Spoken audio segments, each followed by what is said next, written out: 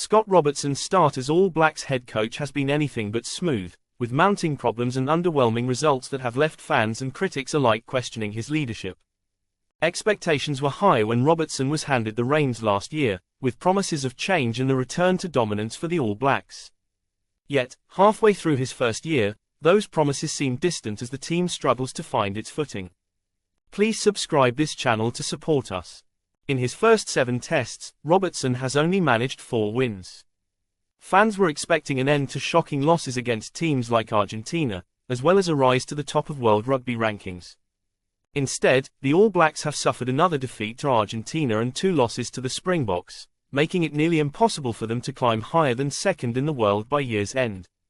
Robertson's optimism after these defeats, especially his positive spin after losing to the Springboks twice, hasn't resonated with the rugby community.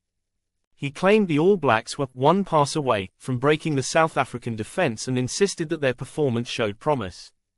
But the reality is that these close losses reveal deeper issues in both strategy and selection. A major concern has been Robertson's inconsistency with selections. After the first test loss, he dropped key veterans like TJ Perenara and Beauden Barrett in what seemed like a knee-jerk reaction. He promoted Wallace Sititi, a player with limited experience at blindside, and moved Will Jordan to fullback, where he struggled under pressure. These moves appeared to be more hopeful than strategic, leaving fans wondering if Robertson is unsure of the direction he wants to take the team. Robertson's reliance on versatility in his squad, a hallmark of previous All Blacks coaches, is starting to look more like a liability than an asset. Forcing players like Sititi to play out of position, or shuffling Savia between no. 8 and open side, risks undermining the team's cohesion. History shows that the All Blacks' best performances came when players were locked into specific roles, like the legendary back row trio of Kaino, McCaw, and Reid. Robertson needs to make firm decisions, stick with Sititi at no.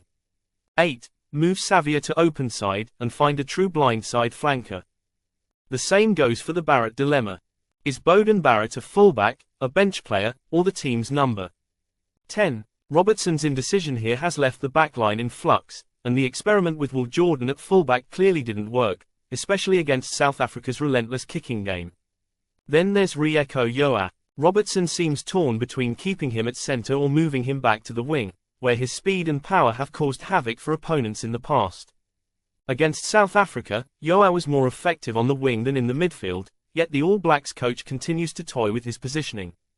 For Robertson, time is running out to deliver on the promises that came with his appointment. If he doesn't make decisive moves soon, the All Blacks' dominance in world rugby could continue to fade.